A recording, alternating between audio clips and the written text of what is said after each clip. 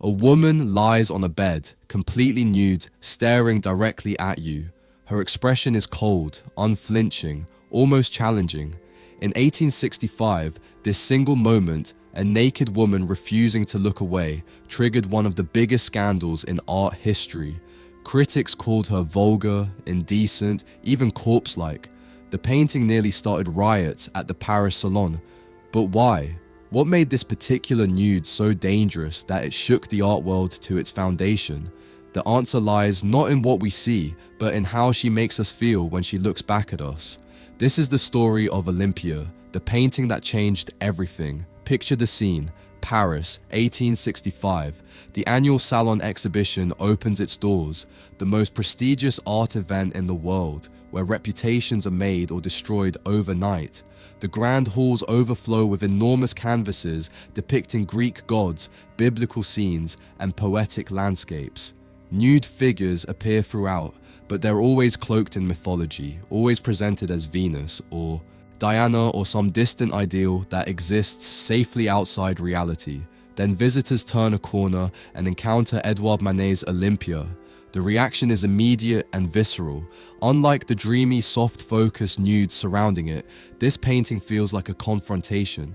A naked woman reclines on rumpled white sheets, propped up on pillows, one hand placed firmly across her pelvis. But everything about her challenges expectation. Her skin appears unnaturally pale, outlined in harsh shadows. Her body lacks the soft, glowing warmth of traditional nudes. Instead, she seems almost flat, painted with clinical precision. And most unsettling of all, she stares directly outward, meeting the viewer's gaze with cool detachment, completely unbothered by her nakedness.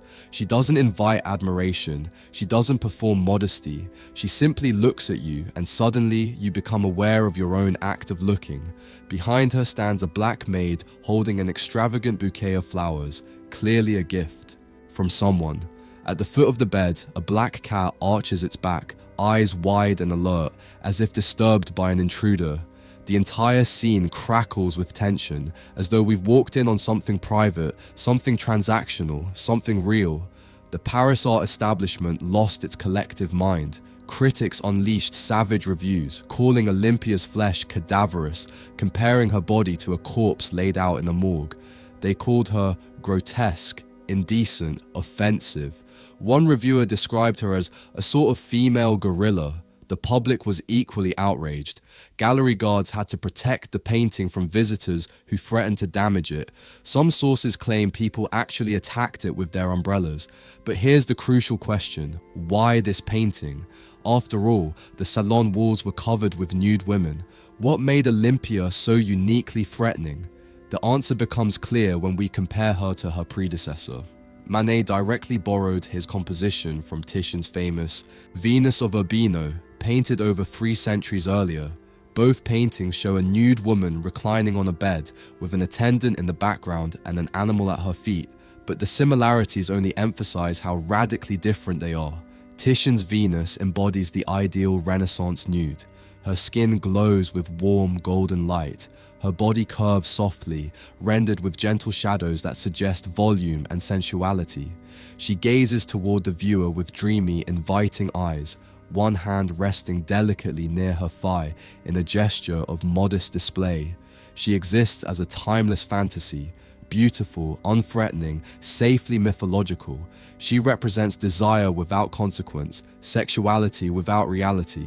Olympia destroys every element of that fantasy. Where Venus glows, Olympia is harsh and flat. Where Venus curves, Olympia's body appears almost two-dimensional, outlined in dark contours. Where Venus's hand rests gently, Olympia's grips firmly, blocking access, asserting ownership over her own body. It's a gesture of refusal, not invitation, and most importantly, where Venus offers a soft, compliant gaze, Olympia stares back with chilly self-possession. Her lips press together in a thin line, her chin tilts upwards slightly. Her eyes remain completely neutral, not seductive, not shy, not anything except aware. She knows exactly who she is and what's happening. She's in control. This is what made 19th century viewers so uncomfortable. Olympia isn't a goddess. She's recognizably modern, unmistakably Parisian, and obviously a prostitute. The flowers delivered by her maid, the jewelry adorning her body, the entire staged intimacy of the scene, everything points to a commercial transaction.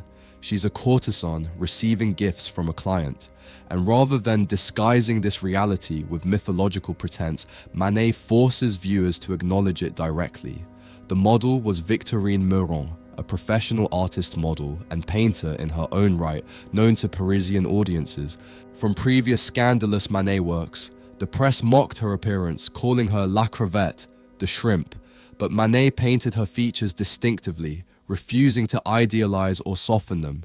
She appears as a specific individual, not an abstract ideal. Now we must address the other woman in the painting, one whose presence art historians ignored for decades.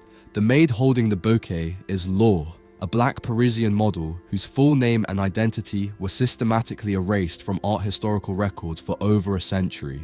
She stands partially hidden in shadow, her dark skin rendered with brushstrokes that blend her almost into the background drapery.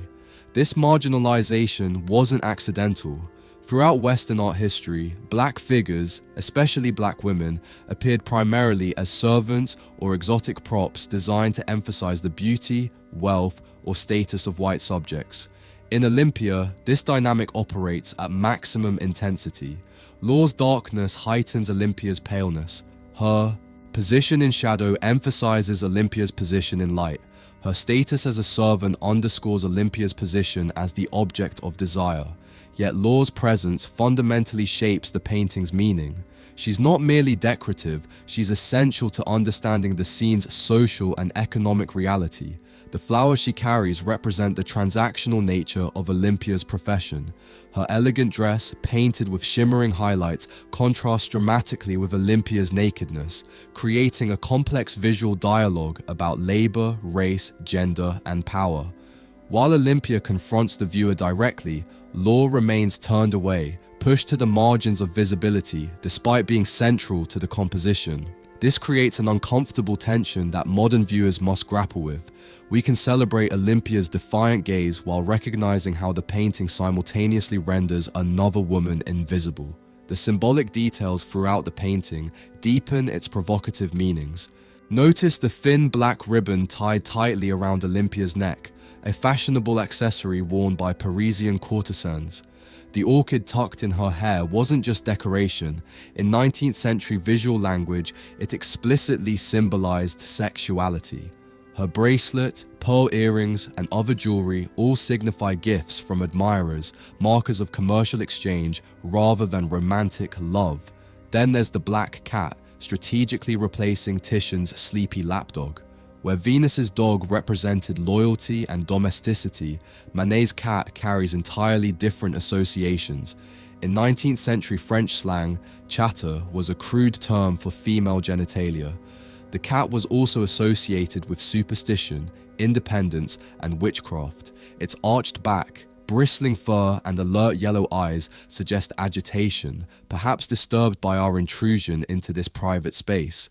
Even the composition itself creates discomfort. The emerald green curtain pulls aside as if inviting us into the room. The perspective positions us standing at the foot of the bed, looking down at Olympia from the exact position a client would occupy. But just as the visual elements seem to welcome our gaze, Olympia's rigid posture and guarding hand reject it.